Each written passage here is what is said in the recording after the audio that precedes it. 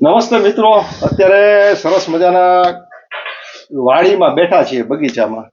ખેતરમાં પ્રુનિંગ પણ ચાલુ છે અને જોગાનું જુગ અત્યારે સતીશભાઈ હિરપરા બાજુના ગામના રસુલપરાના આકુલવાડી રહે છે અને બગીચામાં આમ તો બગીચાના એક વૈજ્ઞાનિક કહેવાય સતીશને. અને એવી રીતના યોગેશભાઈ કાછડિયા. યોગેશભાઈ બહુ વિકસિત ખેડૂત છે ને નાની નાની બાબતો ઉપર એનું ઓબ્ઝર્વેશન નિરીક્ષણ બહુ હોય છે. અને ઘણી વખત એવું થાય ને મિત્રો કે ઘણા સિદ્ધાંતો ઘણા બધા હોય, વિજ્ઞાન ઘણું બધું હોય, પણ ઘણી વખત વિજ્ઞાન થિયરી કામ નથી કરતું. સતીશ પ્રેક્ટિકલ જે હોય ને એ કામ કરે. યોગેશ પાસે મેં ઘણી બધી વાતો બેઠા બેઠા સાંભળતો હતો, તો એનું ઓબ્ઝર્વેશન છે પર્યાવરણ ઉપર, ખેતી ઉપર. આ વિસ્તાર બગીચાનો વિસ્તાર છે. એક સમય એવો હતો સતીશભાઈ, તમે તો જાણો જ છો, યોગેશભાઈને ખબર છે કે સોનાની ચીડિયા ગીર એટલે બગીચો હોય એટલે એ છોકરો ફેણી જતો એમ. એક ઇન્ડસ્ટ્રી હોય ને એવું માનવામાં આવતું. એ જ બગીચા અત્યારે બેફામ રીતે કપાવા લાગ્યા. છેલ્લા 10 થી 12 વર્ષ એવા ગયા છે કે ખેડૂતને એનું જે વળતર જોઈએ એ મળતું નથી. 15, 20, 25 વીઘાનો બગીચો હોય તો એ ખેડૂત રોટલો ખાઈ શકે ને એટલું ખેતર બગીચો આપતું નથી. એક વખત એવો હતો કે શિમલાના સફરજનના બગીચા અને ગીરના કેસર આંબાના બગીચા એ હરખા કહેવાતા. આટલું બધી નબળું હવે થવા લાગ્યું છે. એની પાછળનું કારણ શું છે? પર્યાવરણ કારણ છે, વાતાવરણ કારણ છે, જમીનોમાં આટલા કંઈક ફેરફારો થયા છે, ખેતી કરતા ખેડૂતને ફાવતું નથી, અથવા તો ખેતીની કોઈ પદ્ધતિ બદલી છે. શું થયું તમને શું લાગે છે સતીશભાઈ? તમે કહો, પછી કંઈક યોગેશભાઈ વાત કરે. આપણે જે લાસ્ટ વિડીયોમાં મેં વાત કરી હતી ને સોઇલ રિપોર્ટમાં, ત્યારે થોડુંક હું સોઇલ રિપોર્ટ જે કરાવતો હતો એમાં હવે મેં થોડાક વધારે કરાવેલા છે અને અલગ અલગ વધારે વિસ્તારોના કરાવેલા છે સોઇલ રિપોર્ટ.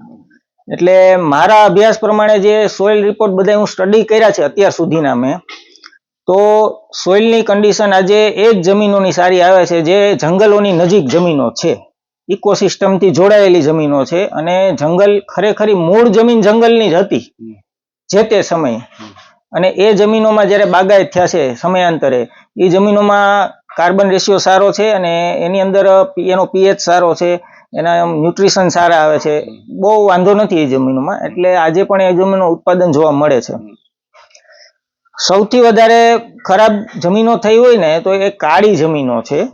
અને કાળી જમીનો આપણી એમ કહેવાતું કે એશિયાની સૌથી ફળદ્રુપ જમીનો હોય ને તો આપણી કાળી જમીનો, એમાં પંજાબ, હરિયાણા અવ્વલ નંબરે આવતું વાત કરું છું, અત્યારે નથી.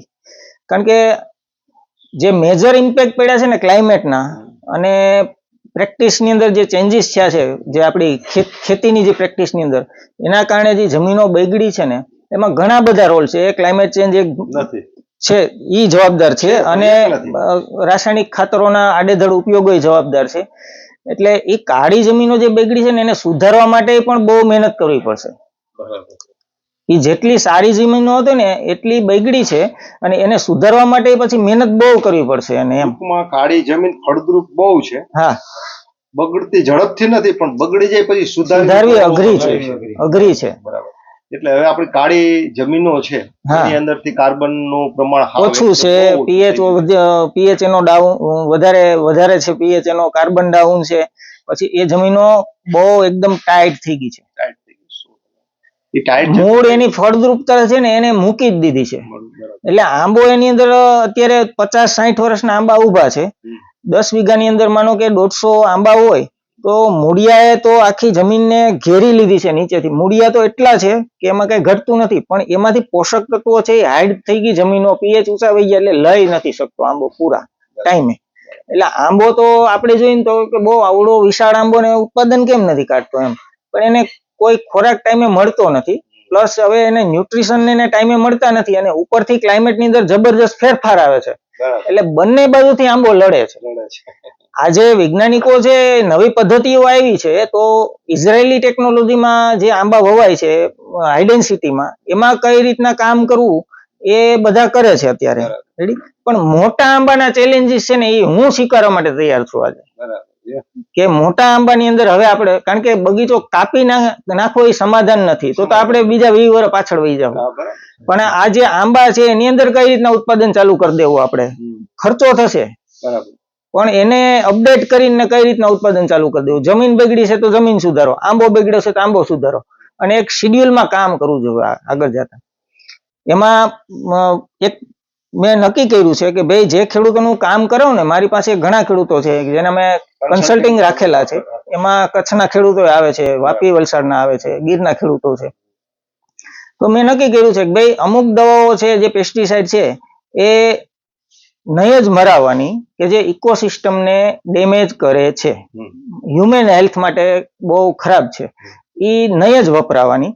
સાથે સાથે પોષણ મેનેજમેન્ટ વ્યવસ્થિત કરવાનું, જમીન એની ન બગડવી જોઈએ, જમીન પણ ન બગડવી જોઈએ, જમીન સુધરવી જોઈએ, ને આંબાની હાલત સુધરવી જોઈએ. એ ટાઈપનું પોષણ મેનેજમેન્ટ શિડ્યુલમાં કામ કરાવવું, અને જેથી કરીને એની જમીન સુધરે આવનારા સમયમાં, અને આંબો છે એ ધીરે ધીરે પાછો પ્રોડક્શન તરફ આવે. એમાં ચોમાસા દરમિયાન કરવાના કામ છે તો ઇન્ટિગ્રેટેડ પેસ્ટ મેનેજમેન્ટ છે એ જે બેક્ટેરિયા દ્વારા કરવામાં આવે છે એ બધું હું કરાવીશ, જેથી કરીને આપણે ફ્લાવરિંગ સમયે રોગના એટલા બધા હેવી એટેક ન આવે કે આપણે અમુક એવી પેસ્ટિસાઇડનો યુઝ કરવો પડે. કારણ કે પેસ્ટિસાઇડમાં 4 કેટેગરીની દવાઓ આવે છે. સૌથી સારામાં સારી કેટેગરીની છે ગ્રીન, ત્યાર પછી બ્લુ, ત્યાર પછી યલો, અને ત્યાર પછી રેડ છે. તો આપણે બને ત્યાં સુધી ગ્રીન અને બ્લુ થી કામ ચાલી જતું હોય તો આપણે યલો રેડમાં આપણે જવું જ નથી. અને આ જે ખેડૂતોને હું કામ કરાવીશ એનું જે ઉત્પાદન થશે ને, એ ઉત્પાદન સારી ક્વોલિટીનું થશે, અને એ કેરીની અંદર આર્સિયોજેનિક કમ્પાઉન્ડ નહીં હોય. આજે ક્લાઇમેટ, તમે ક્યારેક ગૂગલમાં સર્ચ કરજો કે ક્લાઇમેટ ચેન્જ અને આર્સિયોજેનિક કેન્સર, ટૂંકમાં એનો સંબંધ શું છે, તો એમાં એ સીધું કહેવામાં આવે છે કે ભાઈ જ્યારે ઉપરથી વાતાવરણનો સ્ટ્રેસ ઝાડ ઉપર આવે છે, એ સહન નથી થતો, એનાથી વધારે તડકો, વધારે ઠંડી એ સહન ન થાય, આવી કન્ડિશનમાં છોડ છે ને એ ભાન ભૂલી જાય છે, અને નીચેથી એના જરૂરિયાતના પોષક તત્વો લેવાને બદલે પારો છે, લીડ છે, એવા નિકલ છે, એવી ધાતુઓ જે આપણા માટે હાર્મફુલ છે એ ભૂલથી લઈ લે છે, અને એ આપણા પેટમાં આવે છે. આ અનાજમાં આ નિયમ લાગુ પડે છે, ફ્રૂટ શાકભાજીમાં આ નિયમ લાગુ પડે છે. એટલે આ પ્રશ્ન બહુ વિકરાળ આવવાનો છે કે જે ક્લાઇમેટ ચેન્જ થી જે આર્સિયોજેનિક કેન્સરના પેશન્ટ વધવાના છે દુનિયામાં, આનું કારણ આ છે. તો આ પ્રશ્ન આપણા ટ્રીટમેન્ટના બગીચાઓમાં ન આવે કે આંબો બને ત્યાં લગી સ્ટ્રેસમાં જાય જ નહીં, જેથી કરીને ઉત્પાદન મૂકી દે, અને જે ઉત્પાદન વધે છે એની અંદર આવા તત્વો ન આવે. એટલે આવી રીતના આપણે કામ કરાવવું છે ખેડૂતો પાસે, પ્રોપર કામ, એમ કે જે ઇન્ટરનેશનલ સ્ટાન્ડર્ડ મુજબ જે કામ થતા હોય એ જ કામ કરાવવા છે. આંબો સ્ટ્રેસમાં જાય છે અત્યારે, કોઈ પણ વૃક્ષ વનસ્પતિ સ્ટ્રેસમાં જાય, તમે કીધું એવી રીતના ન લેવાના ઝીંક વગેરે વગેરે રસાયણો ખેંચી લે છે, અને પાછા ફળ દ્વારા આપણા પેટમાં આવે છે, એનાથી કેન્સર થાય છે. તો આવું પેલા વૃક્ષ વનસ્પતિમાં થતું નહીં, એકદમ રસાયણો ભર્યા હતા જમીનમાં, અને સુગંધદાર રસાયણો હતા, બધા ન્યુટ્રિશન મળતા, માણસ ખાય એટલે એની પ્રતિકાર શક્તિ, એક ઔષધિ હતી, આપણો ખોરાક હતો ને ઔષધિ રૂપ હતો, અને આજે એ જ ખોરાક એક ઝેર રૂપ થઈ ગયો છે. તો આવું વૃક્ષ સ્ટ્રેસમાં જાય છે, ડિપ્રેશનમાં જાય છે, ભાન ભૂલી જાય છે, ગાંડું થાય છે, અને આવું મેળવી લે છે, આવું ખાવા લાગે છે. એ હવે શું કામે ગાંડું થવા માંડ્યું, હવે શું કામે આવો સ્ટ્રેસ આવ્યો, પેલા કેમ નહોતો? પેલાની વનસ્પતિ સારા રસાયણો લેતી, અત્યારે આવું કરે, એની પાછળનું મૂળ કારણ શું છે? મૂળ કારણની તમને વાત કરું ને તો છેલ્લા 30 વર્ષની અંદર આપણે આપણી ઓલ ઓવર ઇન્ડિયન એગ્રીકલ્ચરની વાત કરું, ઓલ ઓવર ઇન્ડિયન એગ્રીકલ્ચરમાં ક્લાઇમેટ જેમ જેમ બદલતું ગયું ને એમ પેસ્ટિસાઇડની ડિમાન્ડ વધી ગઈ. પેસ્ટિસાઇડની ડિમાન્ડ વગર પેસ્ટિસાઇડ કોઈ છાંટવા માંગતું નથી, રોગના એટેક આવે છે પછી ખેડૂતો એનો ઉપયોગ કરે છે. રોગના એટેક વગર કોઈને ખર્ચો કરવાનો કોઈ રસ ન હોય. હવે એક સામાન્ય તમને ઉદાહરણ આપું કે થ્રિપ્સનો એટેક આજથી 10 વર્ષ પહેલા આપણે ન આવતો, ફ્લાવરિંગમાં ન આવતો, રેડી? તો હવે જ આવે છે. એનું કારણ શું છે? એનું એક્ઝેક્ટ કારણ છે કે 10 વર્ષ પહેલા હું જયારે ખાખડી, 10-15 વર્ષ પહેલા હું ખાખડી વીણતો ને, ત્યારે ઠંડીમાં હું ખાખડી વીણતો, તો તો એનું ફ્લાવરિંગ છે, એનું ફ્રૂટ સેટિંગ છે, એ બધું ઠંડીમાં એક નિશ્ચિત ટેમ્પરેચરમાં જ થતું. હવે થ્રિપ્સ નો એક નિયમ છે કે 32 ડિગ્રી ઉપર જયારે તાપમાન જશે ને એટલે એ ગમે ત્યાંથી આવી જાય. હવે આજે આપણું ફ્લાવરિંગ છે એ 32 ડિગ્રી ઉપર જ એના ફૂલ ખીલે છે એ તાપમાનમાં, તો એનો થ્રિપ્સ નો એટેક થવાનો જ છે. પેલા આ ટેમ્પરેચરમાં આપણું ફૂલ ન ખીલતું અને આ ટેમ્પરેચરની ચપેટમાં આપણો મોર ક્યારે આવતો જ નહીં, પણ હવે આવે છે. તો ચૂસિયા જીવાતને મોકો મળી જવાનો છે, એનું ટેમ્પરેચર મળી ગયું અને એનો ખોરાક છે હાજર. ટૂંકમાં ક્લાઇમેટ ચેન્જ થયું છે. હા, ક્લાઇમેટ ચેન્જ થવાના કારણે વૃક્ષ ભાંગવેલા છે, ગાંડા થયા છે, અને એની જે પ્રાકૃતિક દિશા અને રૂટ હોય એ રૂટમાં નથી રહ્યા. બરાબર છે. અને ક્લાઇમેટ ચેન્જ છે એ તો ગ્લોબલ પ્રશ્ન છે, વિશ્વનો પ્રશ્ન છે, આપણો એકનો પ્રશ્ન નથી. એટલે ઘણી વખત એવું થાય છે મિત્રો કે આપણને એમ લાગે કે આ દવાઓનો ઉપયોગ કરી અને આને આપણે પેલા ગ્રીન હાઉસની અંદર કેમ આમ કંટ્રોલમાં રાખીએ, એવી રીતના ધાર્યું ઉત્પાદન કરશું, જો આમ કરશું એટલે આમ થશે, જો એવું હવે થતું નથી. કદાચ ગમે એટલું યોગેશ પ્રયત્ન કરીએ, આપણને એમ લોય ને સતીશ અત્યારે ખૂબ આત્મવિશ્વાસથી બોલે છે કે હું આમ કરી જ નાખું. એનો પ્રયત્ન સાચો છે, એ સિસ્ટમેટિક વાત કરે છે. અત્યારના સમયમાં સિસ્ટમેટિક કરો ને તો બે આની ફેરફાર થાય છે, બે આની ફેરફાર થાય. પણ વાતાવરણ છે ને એ કિંગ છે, સમજાણું? દવા છે ને, દવા એ 100% કામ કરે છે, પણ શરત એ છે કે વાતાવરણ એને અનુકૂળ હોવું જોઈએ. ખરેખર રોગ હોય ને, મહત્વનો મુખ્ય રોગ ખેડૂતનો ખરેખરનો શત્રુ તો ફંગસ છે. એ કદાચ જીરુનો પાક હોય, ધાણાનો પાક હોય કે આંબાનો પાક હોય, ફંગસ એ મહત્વનું છે. અને મોન્સાન્ટો જેવી કંપનીઓ બધી એ ફંગસને કંટ્રોલ કરવા હાટુથી મોટા મોટા વૈજ્ઞાનિકો રાખ્યા છે અને મોટા મોટા સંશોધનો કરે છે. એવી મોન્સાન્ટો કંપનીના એક ડિસ્ટ્રીબ્યુટરે મને વાત કરી હતી, અમારી ઘરે રાત રોકાણ હતા. એ કે સાહેબ હું ખેડૂત પાસે જાઉં, વિઝિટ કરી આવું છું અને ચેલેન્જ આપું છું કે ફંગસ આવે તો એનો આ જ દવા છે અને આટલું ઉત્પાદન આપશે. પછી કે હુઈ જાઉં છું ને ત્યારે રાતનો વિચાર આવે છે કે હું ખેડૂતને કહીને એવી ખરેખર મારી કંપની જે ચેલેન્જ આપે છે એવું પરિણામ આપે છે. તો કે ખરેખર પૂછ્યું ને તો દિલ એવું કે છે કે જો વાતાવરણ અનુકૂળ હોય તો જ આપે. પણ એટલે કિંગ કોણ છે આમાં? મુખ્ય રોલ વાતાવરણનો છે. એ વાતાવરણ જ આપણે ખોઈ નાખ્યું છે. અને વાતાવરણ ખોયું છે એની પાછળનું કારણ એક જ કે આપણી લાઈફસ્ટાઈલ, આપણી આધુનિકતા, આપણો અતિ પડતો ભોગવાદ, ઉપભોગવાદ, ભોગવી લેવું છે. આ વાવાઝોડું પશ્ચિમમાંથી આવ્યું છે, યુરોપ અમેરિકામાંથી આવ્યું છે. એને ઉપયોગિતાવાદ કહેવામાં આવે છે, વ્યવહારવાદ. ટૂંકમાં વધુમાં વધુ સાધનોનો ઉપભોગ કરી ને વધુમાં વધુ સુખ ભોગવવાની દોડ. ભારત છે ને, આપણા ઋષિ મુનિઓ હતા ને, એને શું આપ્યું? એને સરસ મજાની એક લાઈફસ્ટાઈલ આપી, સિમ્પલ લાઈફ, હાઈ થિંકિંગ. એટલે ઓછામાં ઓછી વસ્તુઓનો ઉપભોગ કરી અને વધુમાં વધુ સુખી થવું. સમજાયું? Simple life, high thinking. સાદો માણસ જીવતો હોય. અને અત્યારે સુખી માણસ ખરેખર કોણ છે ખબર? જે ઓછામાં ઓછા સાધનોનો ઉપયોગ કરીને જીવી શકે છે એ. આજે આપણે સાધનો થકી સુખી છીએ, સાધન આવે છે તો સુખી છીએ. આજે આપણે વાહનના આદિ થઈ ગયા છીએ, બંધાણી થઈ ગયા છીએ. આપણે ખાલી ડ્રગ્સ ને બીડીને જ આપણે બંધાણ ગણીએ છીએ, દારૂને બંધાણ ગણીએ છીએ. આપણને મોબાઈલનું બંધાણ થઈ ગયું છે, આપણને ખબર નથી. આપણને ગાડીનું બંધાણ થઈ ગયું છે, 4 વ્હીલ ગાડીનું બંધાણ થઈ ગયું છે. આપણને મોટી મોટી મહેફિલો કરવી, પાર્ટીઓ આપવાનું બંધાણ થઈ ગયું છે. આપણી લાઈફસ્ટાઈલ બોગસ બેકાર થઈ ગઈ છે. અને આ બોગસ બેકાર લાઈફસ્ટાઈલે આ આંબાને, આ વનસ્પતિને ગાંડી કરી. તમે સરસ વાત કરી ને કે એ હવે ભાન ભૂલ્યા છે, એ હવે સ્ટ્રેસમાં આવી ગયા છે. એટલે વનસ્પતિ, પ્રકૃતિ સ્ટ્રેસમાં આવે એટલે એ સ્ટ્રેસમાં આવી છે. કઈ સ્ટ્રેસમાં આવી છે કે હવે આ માનવ જાતની બુદ્ધિ ખરેખર હવે પ્રકૃતિનો નિકંદન કાઢી રહી છે. અને આમ તો એવું જ છે ને, ટોટલી વિશ્વ છે એ સામ્રાજ્યવાદી વલણ છે. મારે જોઈએ છે. ભગવાન બુદ્ધે કીધું હતું કે દુઃખનું કારણ છે ને ઈચ્છાઓ છે, આપણી તૃષ્ણાઓ છે. આ તૃષ્ણાની પાછળ આખું જગત છે, આખો જમાનો છે, આખો દેશ છે. એટલે કદાચ આમાં પાલેલકરજી આવીને, પાલેલકરજી એટલે આપણે સરસ મજાનું પર્યાવરણને બચાવવા માટે ઝીરો બજેટની ખેતીનો સરસ મજાનો કોન્સેપ્ટ આપ્યો છે. પાલેલકરજીની વાત સાચી છે. જમીનના બેક્ટેરિયા, મૂળભૂત બેક્ટેરિયાને આપણે ખલાસ કરી દીધા છે, મૂળભૂત બેક્ટેરિયાને. અને ખેતીની અંદર ઉત્પાદન ઘટ્યું છે ત્યારે પાલેલકરજી જેવા માણસો એમ કહે છે કે ભાઈ તમે આ બેક્ટેરિયાને મારવાનું બંધ કરો, જીવિત બેક્ટેરિયા બીજા એમાં લાવો, એની સાથે સહજીવી એની ખેતી હોય એવું એની સાથે વાવો.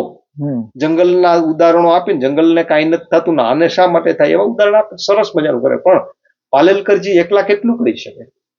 આ તો ગ્લોબલ વોર્મિંગનો પ્રશ્ન છે. એટલે ગ્લોબલ વોર્મિંગ થાય જ્યારે વાતાવરણ જ આખું વૈશ્વિક વાતાવરણ બગડે ત્યારે આ બાજી માત્ર ને માત્ર કોની પાસે હોય? શાસન પાસે હોય, સરકાર પાસે હોય. આપણા દેશની સરકારની વાત નથી, દુનિયાની સરકાર. યુનેસ્કો પણ આની મહત્વની એક સરકાર જ છે, આપણું યુનાઇટેડ નેશન. એ શું કરે છે કે પ્રલય આવે તો પ્રલય શેનાથી આવે એના કારણો આપે છે, એ પ્રલય ન આવે એના માટેના ઉપચાર આપે છે. તમને ખબર હોય તો પેરિસની અંદર, ફ્રાન્સનું પેરિસ છે, ત્યાં વૈશ્વિક પર્યાવરણ સંસ્થા ની એક કોન્ફરન્સ ભરાણી હમણાં. મને એમ છે ગઈકાલે જ ગયો ને પર્યાવરણ દિવસ, કાલે ગયો, બરાબર. અને એ વિશ્વ પર્યાવરણ સંસ્થાનો જે પ્રેસિડેન્ટ છે ને એને વાત કરી હમણાં, બહુ ચોંકાવનારી વાત છે સતીશ. એને એવું કીધું કે 5 વર્ષ પહેલા આ દેશમાં પેરિસમાં જ આવી પર્યાવરણ સંસ્થા ભરાણી હતી અને વિશ્વના પર્યાવરણવિદો, દરેક વિશ્વના દેશોના પર્યાવરણવિદો પ્રતિનિધિઓ અહીંયા આવીને બેઠા હતા. અને મેં કીધું હતું કે પ્રલય આવી રહ્યો છે, પ્રલય આવી રહ્યો છે, જેથી કરીને દરેક સરકારે આને લગતા પગલા લેવા જોઈએ. એટલે ઓછામાં ઓછું પ્રદૂષણ કરીને પહેલું સજેશન અમેરિકાને આપ્યું હતું, કારણ કે અમેરિકા વિશ્વનો સૌથી વધુ પ્રદૂષણ ઓગતો દેશ છે, બરાબર. એટલે બધાને એને સજેશન આપ્યું હતું, સરકારોને બધાને. અને 5 વર્ષ પછી મળ્યો ત્યારે એને કીધું કે આજે હું એ જ વાત કરું છું. પણ ત્યારે મેં એમ કીધું હતું કે પ્રલય આવી રહ્યો છે અને એના ઉપાયો આ છે. આ વખતે એને કીધું પ્રલય આવી જ રહ્યો છે પણ હવે એનો ઉપાય કોઈ નથી. સમજાણું? એને કેવું કીધું હતું ખબર? કે જયારે મહાભારતની અંદર વ્યાસજીએ છેલ્લે કીધું બધાને કે આ સત્ય છે, બ્રહ્મ સત્ય જગત મિથ્યા. ઊંચા હાથ કરીને કહું છું એમ કીધું, બ્રહ્મ સત્ય જગત મિથ્યા. એમ એ પ્રેસિડેન્ટે કીધું હતું કે મેં ઊંચા હાથ કરીને કીધું હતું કે પ્રલય આવે છે, પ્રલયથી બચવાના આટલા રસ્તાઓ છે. પણ આ વખતે હું કહું છું પ્રલય આવે છે, તમારી પાસે બચવાનો એક પણ રસ્તો નથી. હવે પ્રલય કયા દરવાજેથી આવે છે એ જ જોવાનું. સમજાણું? એટલે વિશ્વનું પર્યાવરણ અત્યારે બહુ ડેન્જર થઈ ગયું, ભયાનક થઈ ગયું. માણસના જીવન ઉપર મોટો ભયાનક ખતરો આવી ગયો છે. કેટલું આયુષ્ય આપણું છે અને કેટલું આયુષ્ય આપણા બાળકોનું છે હવે નક્કી નથી. કારણ કે હવે માણસ મર્યો નથી પણ માંદો પડી ગયો છે. એની પાછળનું કારણ તમે કીધું એમ કે આ વનસ્પતિ ન ખાવાના ખોરાકો હવે લેવા માંડી છે, ભાન નથી. ટૂંકમાં આને શું કહેવાય ખબર? કે પ્રકૃતિ ચીલો ચૂકી ગઈ છે. માણસની લાઈફસ્ટાઈલ એવી કે પ્રકૃતિ જ ચીલો ચૂકી ગઈ છે. એટલે ખેડૂતના હાથમાં હવે બહુ ખેડૂતના હાથમાં રોલ મોટો છે, કારણ કે ખેડૂત એ દાતા છે. પણ હવે પર્યાવરણ છે ને એ તો આખું આકાશી રોજી છે, ઉપરથી વરસતું રહેલું છે. એમાં માણસનો જે રોલ છે એટલો ખતરનાક રોલ આવી ગયો, પર્યાવરણ બગડી ગયું છે. છતાંય આવા પર્યાવરણની વચ્ચે યોગેશની આપણે વાત કરીએ તો યોગેશ સારામાં સારું ઉત્પાદન કરે છે. મેં યોગેશના લગભગ યોગેશ કેટલી કેરી થઈ તારે? 2500 મણ જેવી કેરી, એટલે સારામાં સારી કેરી. 5000 બોક્સ કેરી થઈ. અને આજે થઈ એવી નહીં, દર વર્ષે હોય છે. તો યોગેશ આવા વાતાવરણમાં, ટૂંકમાં પર્યાવરણ બગડી ગયું છે મેં વાત કરી, આવા વાતાવરણમાં તું ખેતીમાં સારામાં સારું ઉત્પાદન લેશો અને આજ બરોબર અહીંયા આવ્યો છે. તો તારી છે ને જે ખેતી કરવાની સ્ટાઇલ છે, ખેતી પ્રત્યેનો તારો અભિગમ છે, એ થોડુંક કે તો સાંભળીએ, બધા ખેડૂત મિત્રોને ખબર પડે. એમાં શું છે હું આજે બગીચા માટે, ખેતી માટે આ 10 વર્ષથી આ કન્ટિન્યુ એક્ટિવ છે. બરાબર છે. દર વર્ષે એમાં નવા અપડેશન કરી, ટૂંકમાં જમીનને થાકવા નથી દીધા. અચ્છા. ટૂંકમાં બેક્ટેરિયલ ટ્રીટમેન્ટ બધી કરીએ છીએ. પછી બગીચામાં દર વર્ષે આપણે દેશી ખાતર નાખીએ છીએ, પછી NPK ના રોલ હોય એ નાખીએ છીએ, પછી માઇક્રોન્યુટન આપીએ છીએ. માઇક્રોન્યુટન ને એવું બધું સજેસ્ટ કરવા વાળા સતીશભાઈ, 2 વર્ષથી આ સતીશભાઈ મને બધું ઘણું કીધું. સિસ્ટમેટિક આ સિસ્ટમથી બધું કામ અપનાવે. એટલે 2 વર્ષથી અમારા બગીચાનું ઈ જ બધું કન્સલ્ટન્ટ કરે છે. કરે છે, બરાબર. કે હું સિચોડામાં ને એમાં આપણે કામમાં હા, યોગેશભાઈ નું રાબડું ચાલુ છે. હા, એટલે ત્યારે પછી સિઝનમાં બરોબર સતીશભાઈ ફ્રી હોય તો પછી એને હું કહું 2 વર્ષથી કહું તું હવે સંભાળે એમ, બરાબર. એટલે ઉત્પાદન સારું આવે, સારું નવું નવું ઘણું સતીશભાઈ આગળથી મને પણ શીખવા મળ્યું, અને ઉત્પાદન એમને કન્ટિન્યુ જાળવી રાખ્યું, એમાં કઈ ડાઉન નથી થયું. બરાબર. દેશી ખાતર નાખો કે અત્યારે ખાતર નાખો તમે બગીચો વેડાઈને પછી નાખો કે નહીં, બગીચો વેડાઈ જાય, દેશી ખાતર અત્યારે જ નાખ્યું, અત્યારે મેં નાખી દીધું છે. એટલે કયું નાખ્યું? દેશી ખાતર જ આપણે છાણિયું કમ્પોસ્ટ બનાવી, એમાં છાણિયું ખાતર છે, બેક્ટેરિયા ના અંતે બધું એવું નાખીને ટ્રાઇકોડર્મા માઇકોરાજા એવું બધું નાખીને પછી એનું કાયદેસર બેટ બનાવીને ખાતર એકદમ કમ્પોસ્ટ થઈ ને ત્યાર પછી એમાં નાખ્યું. બરાબર છે. એ 100% રિંગ કરીને ખાખા આપણે આંબામાં ખેવી નાખી, વ્યવસ્થિત સાફ કરી નાખીને પછી નીચે ભેજ હોવો જોઈએ. બરાબર. દેશી ખાતર નાખીને પછી પાછો એને ભેજ જ આપી, સુકાવવું ન જોઈએ, સુકાઈ 100% કામ કરે. બરાબર.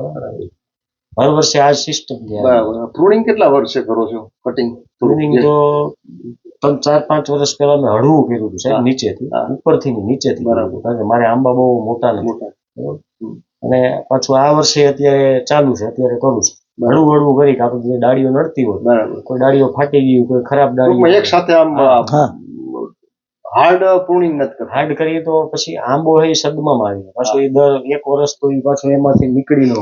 બરાબર. બરાબર. કારણ કે વધારે કટી નસું બધું તૂટે, આપણને કેમ ઘાટકું તૂટ્યું હોય કેટલું પ્રોબ્લેમ. હા, બરાબર. એમાં આવે. બરાબર. સરસ. પણ સરસ વિકસિત ખેડૂત તરીકે તમારું કહેવાય યોગેશનું કે આવા સમયમાં પણ એને ઉત્પાદન થઈ ગયું નથી. તારે જંગલ કેટલું થાય છે તમારે ત્યાં? મારે 2 બગીચા એવા છે કે જે જંગલની બોર્ડર ઉપર છે, 70% જંગલની બોર્ડર લાગે, એવા 2 બગીચા છે. ન્યાય ઉત્પાદન તો બધી જગ્યાએ, મેનેજમેન્ટ વ્યવસ્થિત ટાઈમે સાહેબ એમાં બધું જોવું પડે.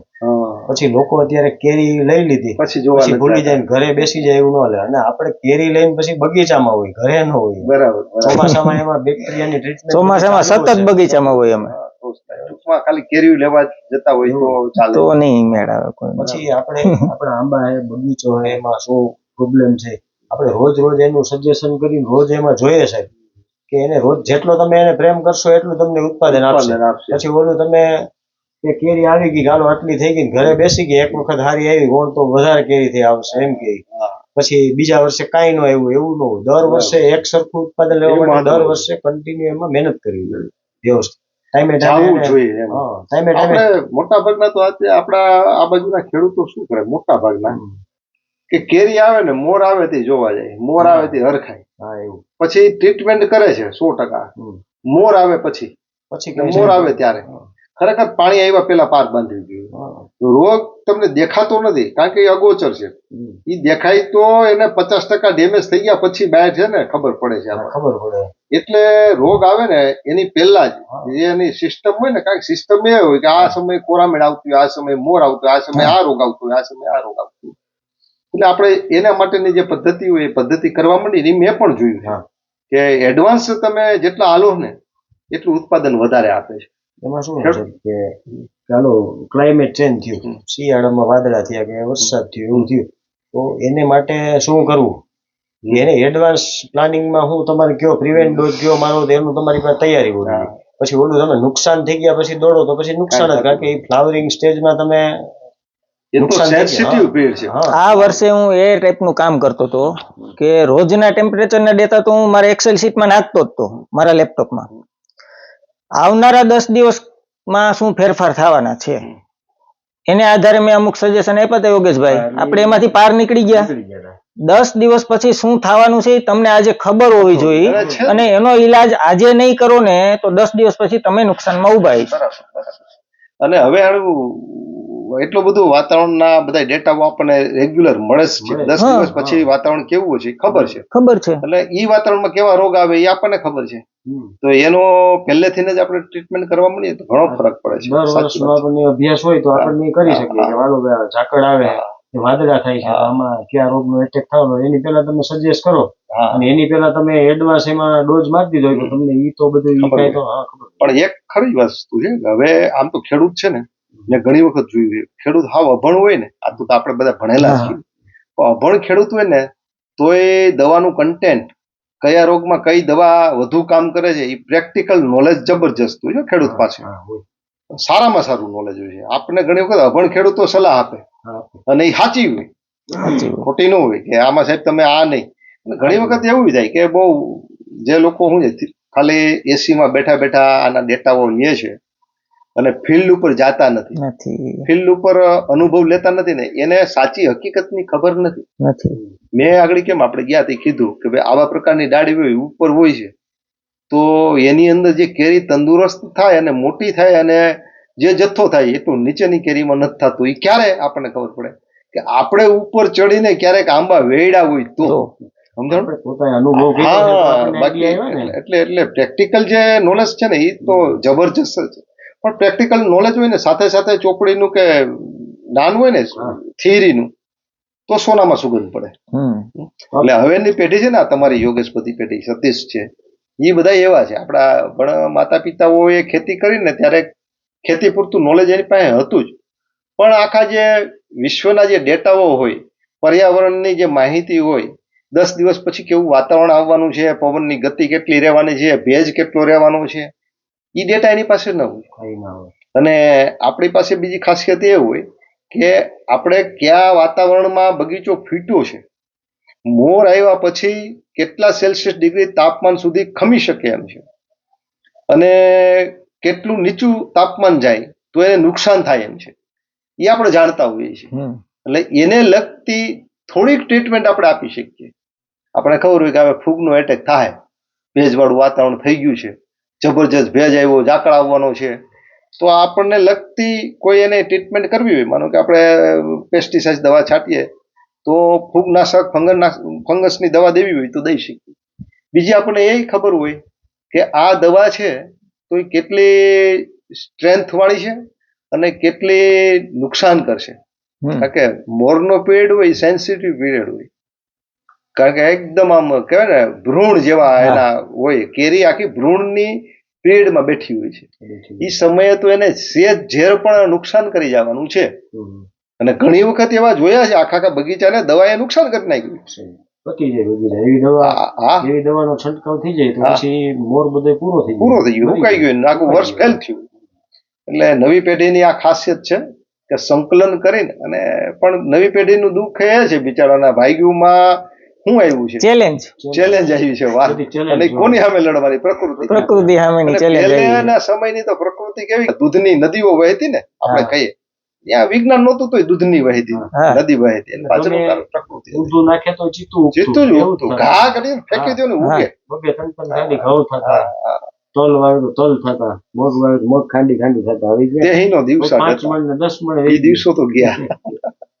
ઈ છે. પછી એ સમયનું જે કેરી હતી, એ સમયની કેરીની જે ફોરમ કહીએ કેવી હતી કે આંબા ઉપર ફૂડો કેરી ખાતો હોય ને તો આપણે જોયા વગર ખબર પડે કે આટલામાં ફૂડો કેરી ખાય છે. એવી સ્મેલ આવતી. બાજરાનો રોટલો થતો હોય, દૂર દૂર હાથમાં ઘરે રોટલો થતો હોય, ખબર પડે કે તાવડીમાં ક્યાંક બાજરાનો રોટલો ચડે છે. અત્યારે તો મસાલાની સ્મેલ ઓલો પાવભાજી વાળો નાખે ત્યારે આવે ત્યારે ખબર પડે છે કે હા પાવભાજી મસાલા નાખે. સાહેબ હું આ વર્ષે ગુજરાતમાં, આખા ગુજરાતમાં 2 વખત ગયો. મહારાષ્ટ્ર ગયો 1 વખત. આંબાની અંદર સૌથી વધારે પહેલી તકલીફ હાફૂસને પડી છે.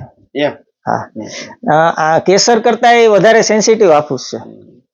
હા, હાફૂસથી ટેમ્પરેચર સહન જ નથી થતું. આ વર્ષે કેવું ઉત્પાદન નહોતું? 15% ઉત્પાદન હતું ખાલી. અને એ લોકો તો હવે રિપ્લેસમેન્ટ નું વિચારે છે કે ભાઈ અમે હાફૂસને હવે કેસરમાં રિપ્લેસ કરી નાખીએ એમ, ત્યાં સુધી વિચારે છે લોકો. કારણ કે એ આપણી જેમ હેરાન થાય છે લોકો. અને મેં આ સુરત થી લઈને આ નવસારી પાટો છે ને, એ બગીચા આ વર્ષે હું ગયો ને તો એ બગીચાઓ બધા પ્રદૂષણના શિકાર છે.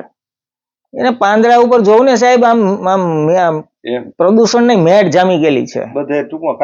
બહુ પ્રદૂષણના શિકાર છે. ત્યાં તો ઇન્ડસ્ટ્રીયલ એરિયો છે આખો, તો એ વિસ્તારમાં તો આમેય બહુ ચેલેન્જ છે એમ. અને હાફૂસ છે એ ટેમ્પરેચરને સહન નથી કરી શકતો. હા, આ વર્ષે તમને કહું ને તો ગીરની અંદર આખા ગુજરાતમાં સારામાં સારું ઉત્પાદન, હું તો એમ કહું છું કે એવરેજ ઉત્પાદન સારું નીકળ્યું. સારું ઉત્પાદન સારું હતું પ્રમાણમાં બચે. એમાં એવું પેલું ઉત્પાદન આવ્યું ને, પેલું જે આપણે નવેમ્બર મહિનાના આંબા ફૂટે એમાંય રહી ગયું, અને જાન્યુઆરી ફેબ્રુઆરીમાં ફૂટ્યા ને એમાંય કેરી, એટલે ઉત્પાદન હજી ખૂટતું નથી. પછી હું મારે આ એક જંગલ કાંઠેવાડી છે ને કે કહું છું 15 વીઘામાંથી 1400 મણ માલ નીકળ્યો. એનું બ્રિક્સ ચેક કરીને ગયો તો જયારે હું વાપી ગયો ને ત્યારે એનું બ્રિક્સ આવતું હતું 20. એટલે આંબાની અંદર સુગરનું પ્રમાણ. તો શેરડી સાહેબ હોય ને 17, યોગેશભાઈ ને સિચોડા હે તો એને ખબર છે કે 17-18 ઉપર બ્રિક્સ આવેલી, એમ કે ભાઈ સુગર આવી ગયું, કટિંગ કરી નાખો શેરડી. તો 20 બ્રિક્સ આવતું હોય આંબાની અંદર, તો એમાં રોગ જીવાત નહોતા, પ્રોડક્શન પૂરું. તો 20 ન્યા આવતું હતું. પછી વાપી ગયો એક બગીચાનો, હાફૂસનો બગીચો હતો, એ ખેડૂતે 40 લાખ રૂપિયાનો ખર્ચો કર્યો, 10,000 આંબા છે એની પાસે, ઉત્પાદન એનું 0 હતું. હું ગયો, એના 8-10 આંબાને મેં બ્રિક્સ ચેક કર્યા તો ખાલી 2.5 બ્રિક્સ આવતું હતું. તો એ કઈ હદે આંબો ડેમેજ થયો છે અંદરથી, એ આપણે જણાય આવે એમ. આ બ્રિક્સ ની છે ને, કદાચ કોઈને ખબર ન હોય, નાનું એવું મશીન આવે છે 1400-1500 રૂપિયાનું, એનું સુગર માપવાનું.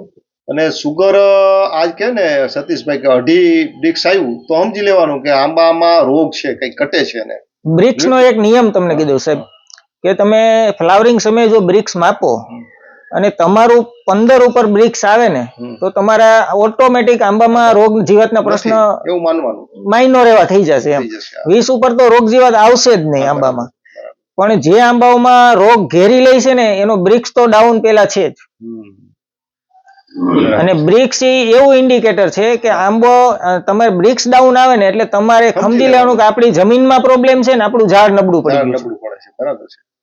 એક બીજું મારે સતીશ તને પૂછવું છે, જે જંગલના બાજુની કાંઠાની વાડી છે, મેં યોગેશને એટલે જ કીધું કે તમારે જંગલના કાંઠાની વાડીમાં ઉત્પાદન છે કાયા. જંગલની કાંઠાની જે વાડી છે ને એમાં ઉત્પાદન થોડુંક સારું જે છે આપણે અહીંયા બામણાસા છે, વાડલા છે, આ રસુપરાનું, અને એમાં કાર્બન નું પ્રમાણ પણ થોડુંક સારું ઊંચા ટકામાં આવે છે. એની પાછળનું કારણ શું છે?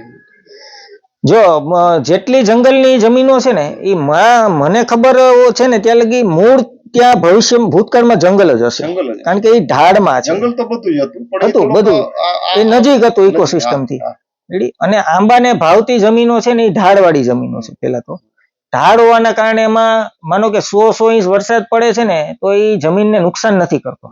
અને જે સમતળ જમીનો છે ને જે એ બધી કાળી જમીનો છે આપણી પાસે, એમાં વરસાદનું પ્રમાણ વધે છે ને તો એ નુકસાન કરે છે, કારણ કે એનો પીએચ ઊંચો આવે લાંબા સમયે જમીનનો. અને કાર્બન ત્યાં જળવાઈ રહ્યા છે એ જમીનોમાં 0.70 થી 1 ઉપર આવે છે, 1.35 સુધી મેં કાર્બન નોટિસ કરેલા છે. એટલે એ સારામાં સારું કાર્બન કહેવાય અત્યારના સમયમાં. અને આ બાજુની બધી જમીનો છે કાળી જમીનો, કે મોરુકાની દેશની જમીનો છે, સુરવાની જમીનો, જેટલી કાળી જમીનો છે એનું નીચામાં નીચો બ્રિક્સ મેં 0.28-30 નોટિસ કરેલો છે, અને એનો ઊંચામાં ઊંચો 0.40. કાર્બન 3.5-4 સુધીનો કાર્બન ક્યાંય જમીન જોવા મળે છે આપણે? નહીં, છે જ નહીં ક્યાંય.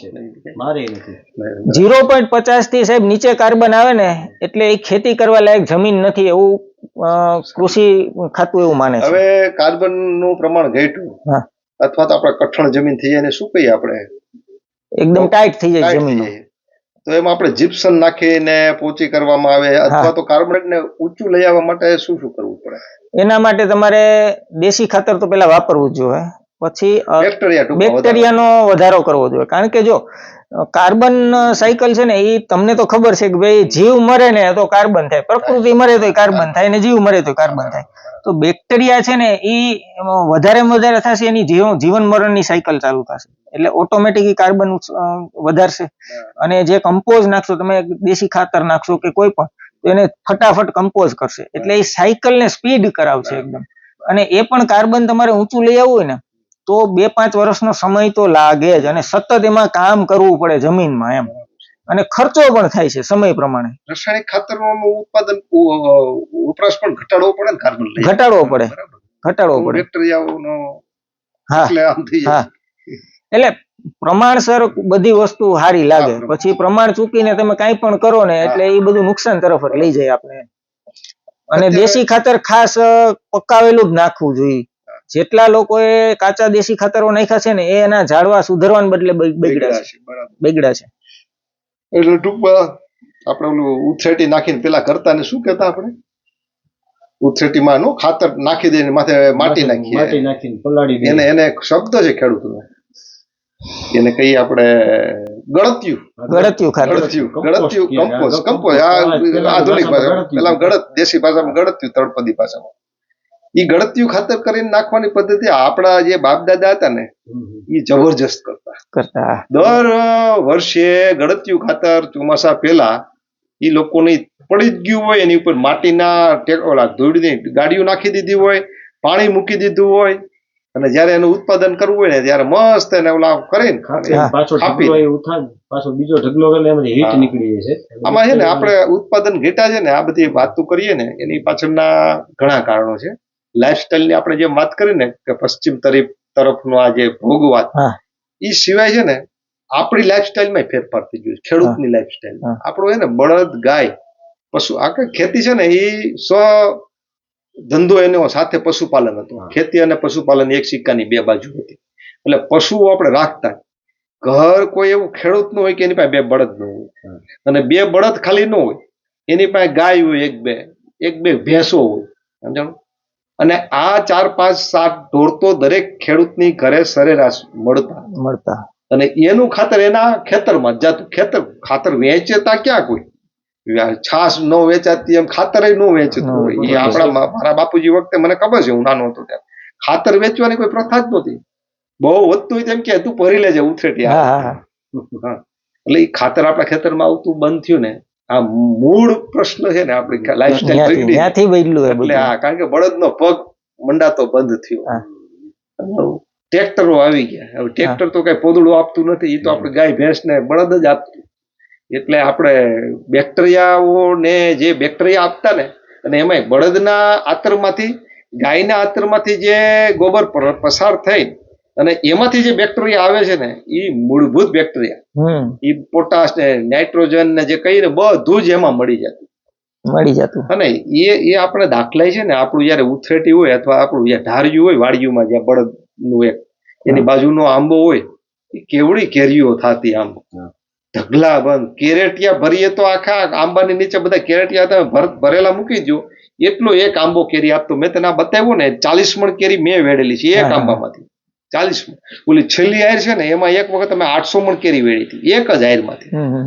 આ ઉત્પાદન ને બધી કલ્પના કરીએ ને તો તેહીનો દિવસો ગતા. એ દિવસો ક્યાં ગયા? હજી જો આ એવી પેઢી છે કે આપણે ખાલી ઇતિહાસમાં વાંચ્યું નથી, આ આપણે અનુભવેલું છે. મેં એક વખત 60 મણ કેરી, યોગેશ, ત્રણેય મારી વાડીની થઈને 60 મણ ખાખટી વીણીને વેચી હતી. રોંઢો થયો ત્યાં. બે માણસ, એક મારો મૂળભૂત માણસ હતો ને એક મેં દાડિયો કર્યો હતો. તો તમે વેચવા માંડો. એ કટકીમાંથી જુનાપડામાંથી ને આગી વાડી કહેવાય અમારી. એ ત્રણેય વાડીએથી એને એક ગાડી કરી. ઓલી વાડીએથી એક ગાડી થઈ, એક ગાડી અહીંથી થઈ હતી. એ જોખવાઈ ગયો ને ખાખટી, એ લગભગ 50 પૈસે કિલો આપી હતી મેં. સમજાણું? 3 ગાડી પેલા 60 મણ ખાખડી થવી એટલે અટાણે એટલી કેરી નથી થતી. એટલે ટૂંક સમયમાં છે ને આડું બહુ બગડી ગયું છે બધું. લેતા થઈ ગયા હતા આપણે, પણ નાખતા ભૂલી ગયા હતા. સારી વસ્તુ છે, બહુ મજા આવી. મિત્રો બેઠા હતા અને મળ્યા એટલે કંઈક વાત કરીએ અને શેર પણ કરીએ તો કેટલાક ખેડૂત મિત્રો જોવે જાણે. અસ્તુ. જય હિન્દ, જય ભારત.